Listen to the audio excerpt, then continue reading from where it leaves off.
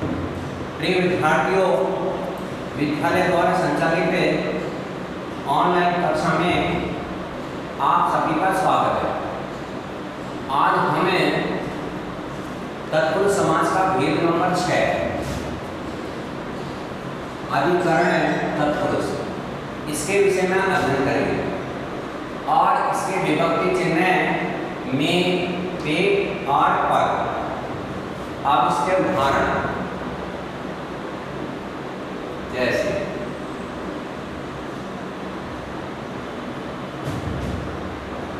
समस्त पद,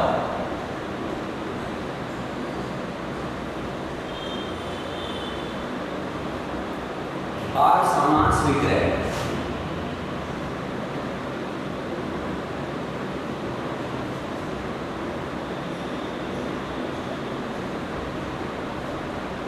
समस्त पदें और समास विग्रह। उदाहरण नंबर 1,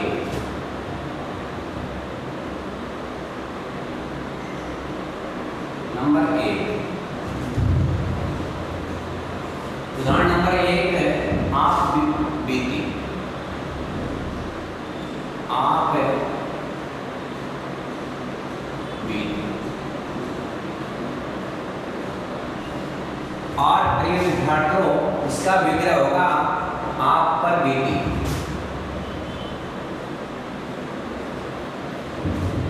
आप पर बीती।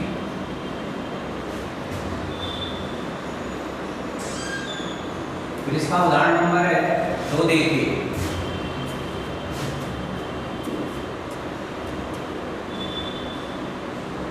घुड़सवार,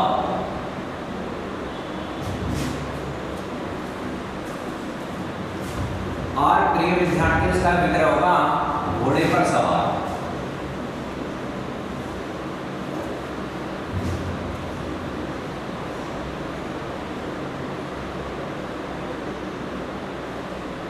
फिर उदाहरण नंबर इसका 3 देखिए। वनवास, वनवास, और इसका विग्रह होगा प्रिय विद्यार्थियों वन में वास। वन में वास।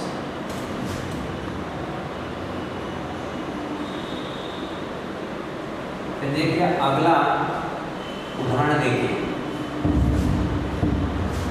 आत्मनिर्भर,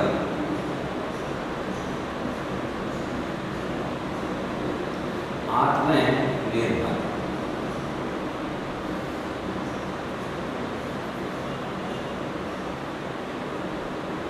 और इसका विग्रह होगा स्वयं पर निर्भर।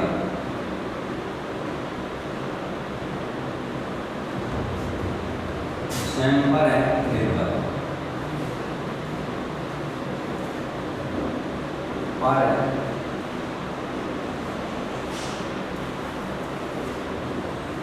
स्वयं पर निर्भर। अगला उदाहरण देखिए नंबर 5, कविराज, कविराज, और इसका विग्रह होगा कवियों में राजा।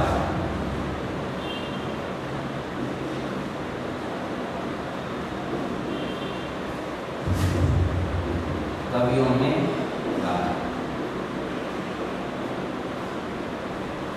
अब पुनः ध्यान दीजिए प्रिय विद्यार्थी। अधिकरण तत्पुरुष समास और विभक्ति चिन्ह है इसके में, पे और पर। पे का प्रयोग प्रिय विद्यार्थियों में नहीं किया जाता है, क्योंकि घोड़े पर सवार अपन कहें घोड़े पे सवार तो उचित नहीं है, अच्छा नहीं है।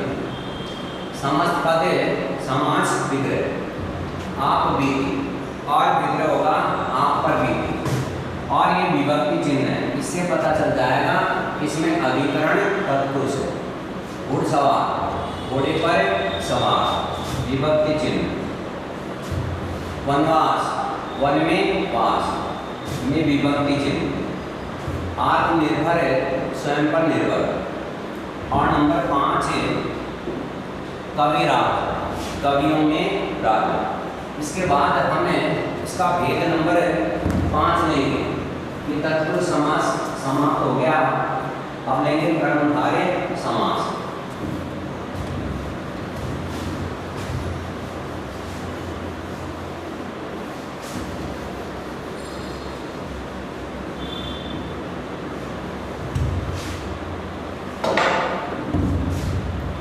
कर्मधारय समास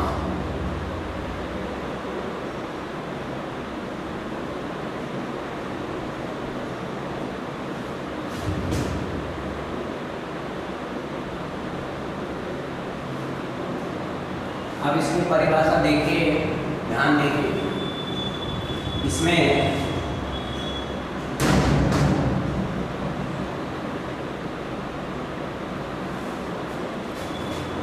एक शब्द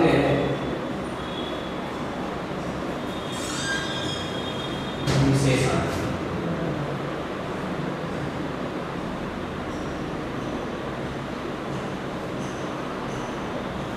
और दूसरा शब्द विशेष्य होता है।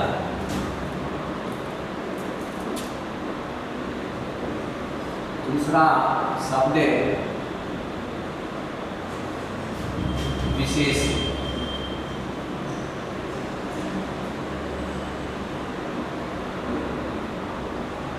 विशेष्य संज्ञा होता है।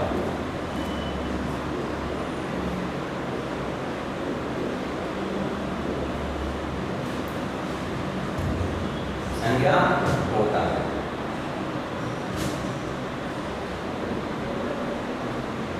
और कहीं कहीं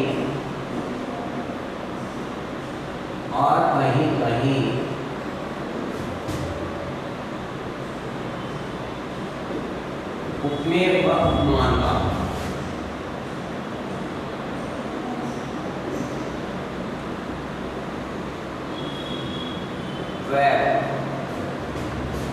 उपमान का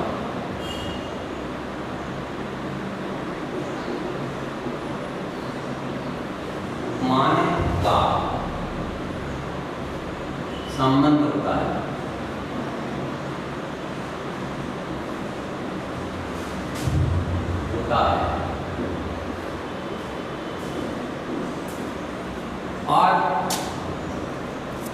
और विग्रह करते समय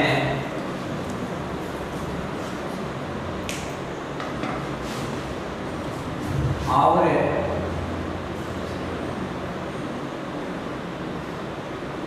विग्रह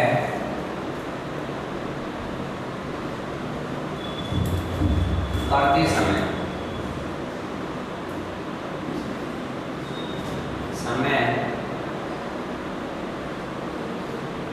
रूपी शब्द आता है। शब्द आता है।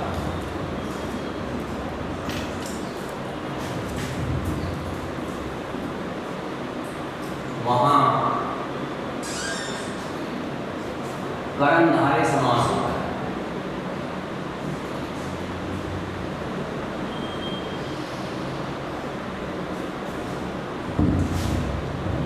समास होता है।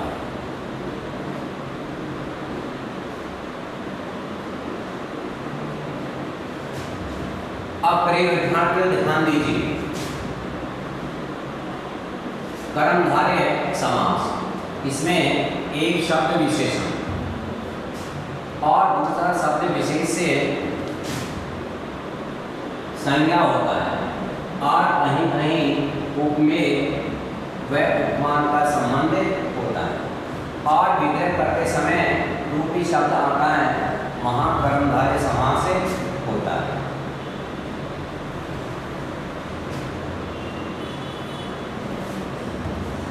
आप ध्यान दो, इसमें जो विशेष है ना, विशेष से इसका परिभाषा बताऊं। इस बार विशेष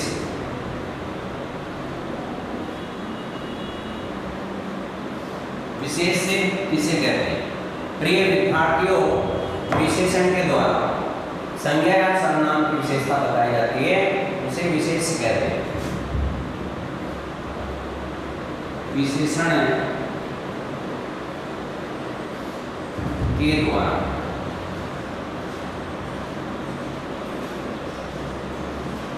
विशेषण के द्वारा संज्ञा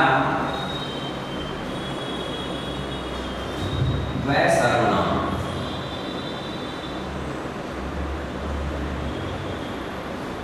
विशेषण के द्वारा संज्ञा व सर्वनाम की विशेषता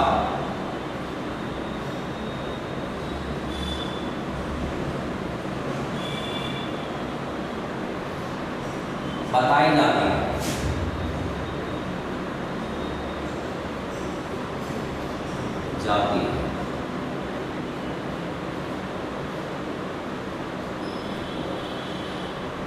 उसे विशेष कहते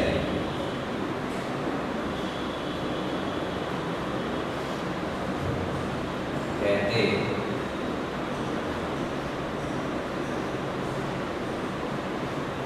आप प्रिय विद्यार्थियों ध्यान दीजिए, विशेष से विशेषण के द्वारा संज्ञा व सर्वनाम की विशेषता बताई जाती है, उसे विशेष से कहते हैं। जैसे देखिए,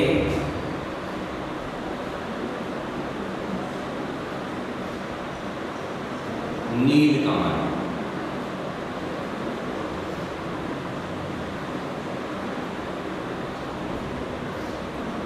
तो प्रिय विद्यार्थियों ये तो है विशेषण।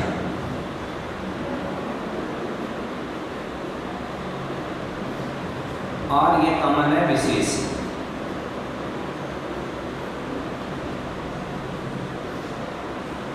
विशेष संज्ञा, क्योंकि नील क्या है विशेषण, और इस विशेषण के द्वारा संज्ञा कमल की विशेषता बताई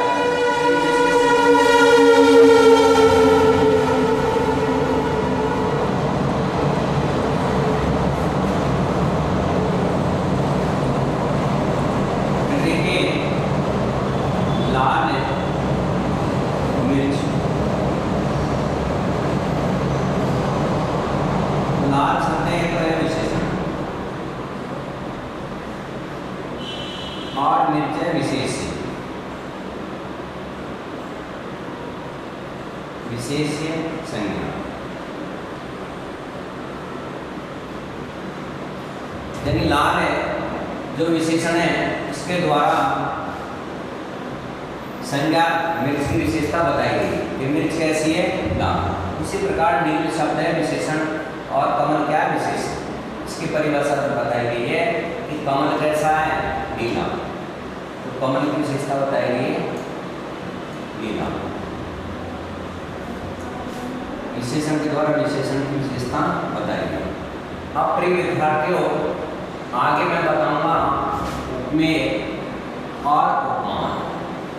ये मैंने लिख तो दिया, लेकिन उपमेय किसे कहते हैं और उपमान किसे कहते हैं ये भी मैं बताऊंगा। अब इसको ध्यान दो। विशेषण के द्वारा संज्ञा व सर्वनाम की विशेषता बताई जाती है, उसे विशेष कहते हैं। जैसे नीलकमल, नील विशेषण है, कमल क्या है, संज्ञा। तो विशेषण के द्वारा संज्ञा की विशेषता बताई जाती है, तो ये विशेष हो गया। और यहाँ पर विशेषण के द्वारा संज्ञा की विशेषता बताई गई, ये विशेष हो गया।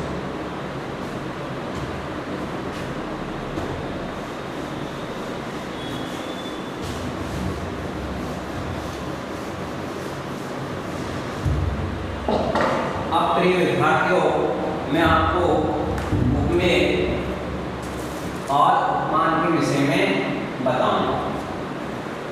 नंबर 1,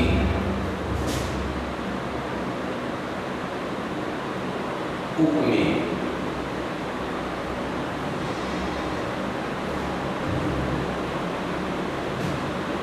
जिसकी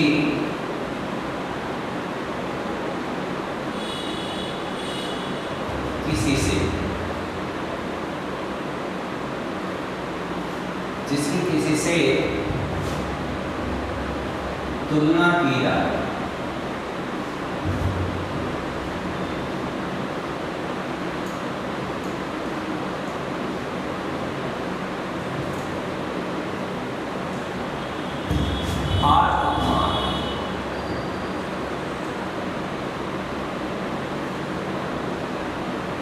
जिसकी उपमा दी जाए, जिसकी उपमा दी जाए।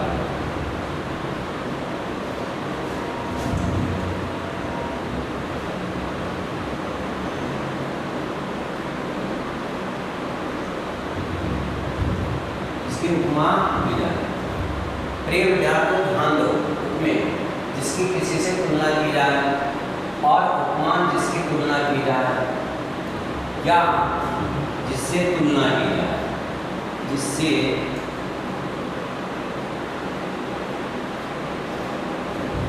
तुलना की जाए।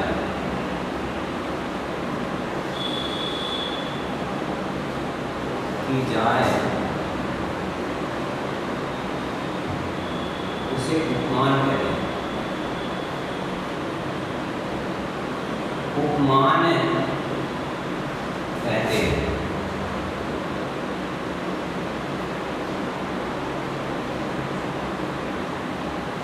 अब प्रिय विद्यार्थियों ध्यान दो, उपमेय जिसकी किसी से तुलना की जाए, तो ये तो कहलाता उपमेय।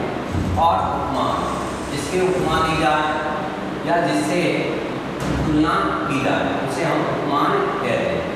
अब प्रिय विद्यार्थियों इसके उदाहरण देखिए।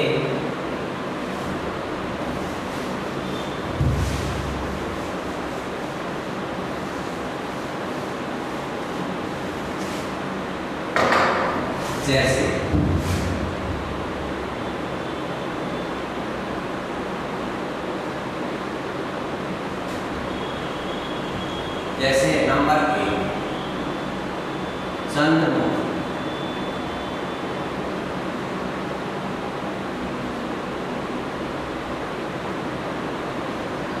और इसका विग्रह होगा चंद्रमा जैसा मुख।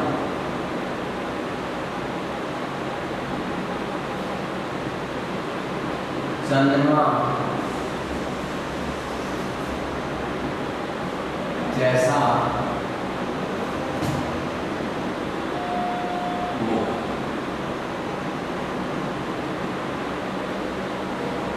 और नंबर 2 देखिए,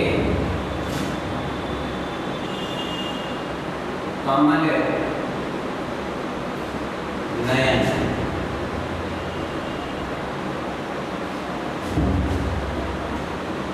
कमल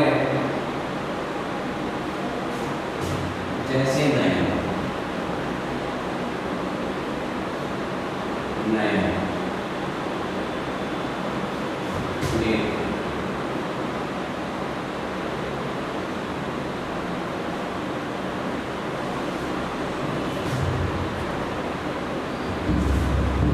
नंबर 3 है चरण कमल।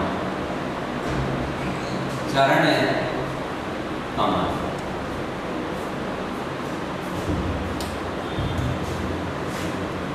कमल जैसे चरण। जैसे चरण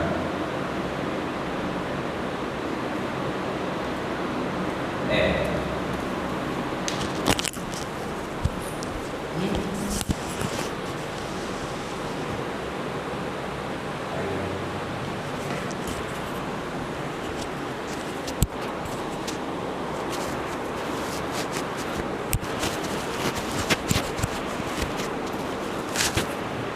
अब ध्यान दीजिए, अब इसमें चंद्रमुख, चंद्रमा जैसा मुख।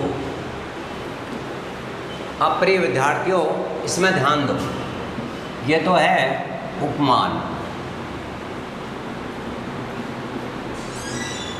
और मुख यह उपमेय। उपमेय क्योंकि मुख की तुलना किससे की गई है? चंद्रमा से। तो जिससे तुलना की जाती है वो तो होता उपमान, और जिसकी तुलना की जाए वो होता उपमेय। इसी प्रकार है कमल, चरण कमल, कमल जैसे चरण या पैर, तो ये तो है उपमान। और चरण है उपमेय। प्रिय विद्यार्थियों, पैर की तुलना किससे की गई है? कमल से। तो कमल तो हो गया उपमान और ये हो गया उपमेय। नंबर 4 देखिए,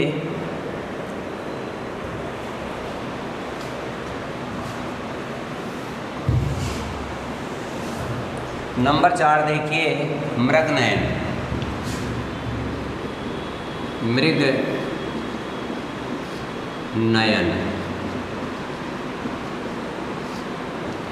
और विग्रह होगा मृग जैसे नयन।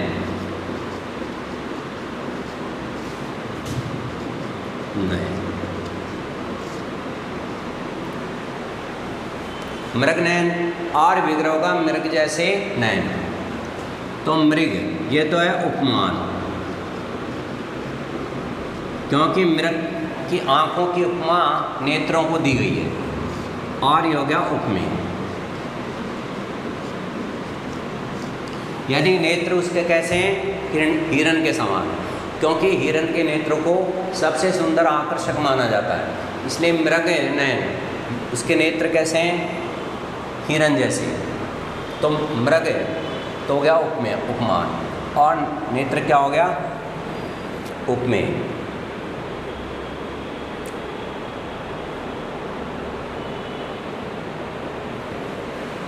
नंबर 5 देखिए,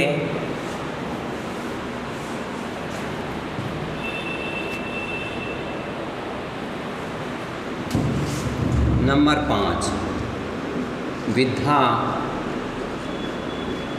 धन। और प्रिय विद्यार्थियों, विग्रह हो गया विद्या रूपी धन। रूपी धन, इसमें रूपी शब्द आ गया। परिभाषा में बताया था उपमेय उपमान का संबंध हो, और रूपी शब्द आता है वहाँ पर कर्मधारय समास होता है। कर्मधारय समास। प्रिय विद्यार्थियों, विद्या तो है। हम नंबर अगला देखिए, भाव सागर।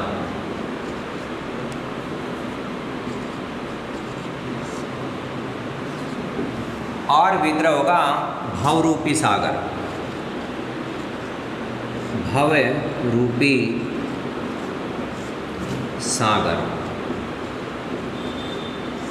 प्रिय विद्यार्थियों, भवरूपी सागर यानी इस संसार को समुद्र के समान बताया, और विद्या रूपी धन, विद्या को धन के समान बताया गया।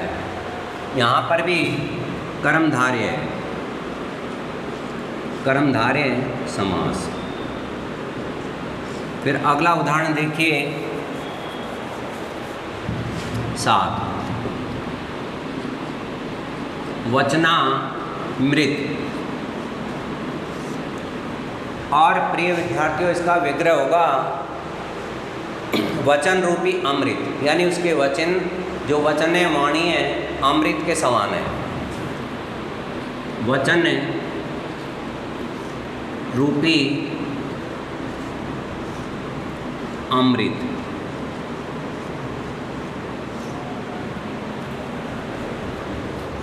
अब प्रिय विद्यार्थियों ध्यान दीजिए, जैसे नंबर 1 चंद्रमुख, और विग्रह होगा चंद्रमा जैसा मुख। चंद्रमा तो उपमान और मुख क्या? उपमेय। तो यहाँ पर जहाँ पर उपमेय उपमान का संबंध होता है, रूपी शब्द आता है, वहाँ पर कर्मधारय समास होता है। कमल नयन, कमल जैसे नेत्र। फिर नंबर 3 चरण कमल, कमल जैसे चरण, यानी पैरों को कमल के समान कोमल बताया। भगवान श्री राम के पैर कमल के समान कोमल थे। मृगनयनी, मृग जैसे नेत्र, यानी हिरण के नेत्र सुंदर होते हैं, तो नेत्रों को हिरण के समान सुंदर बताया। विद्या धन, और विग्रह होगा विद्या रूपी धन, विद्या को धन के समान बताया गया। भव सागर और भवरूपी सागर। प्रिय विद्यार्थियों, रूपी शब्द आया, तो जहाँ पर रूपी शब्द आ जाए कर्मधारय समास। इस संसार को समुद्र के समान बताया गया। वचनामृत, वचन रूपी अमृत, इसी की भगवान श्री राम की जो वाणी थी अमृत के समान शीतल और मधुर थी।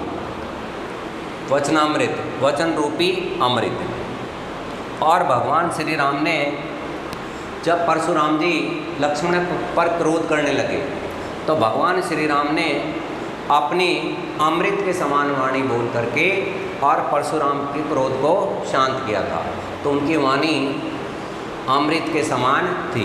प्रिय विद्यार्थियों, आज का प्रकरण हम यहीं समाप्त करते हैं। जो भी कार्य आपको कराया जाता है उसको ध्यान से देखें, पढ़ें और फिर कॉपी में उतारें।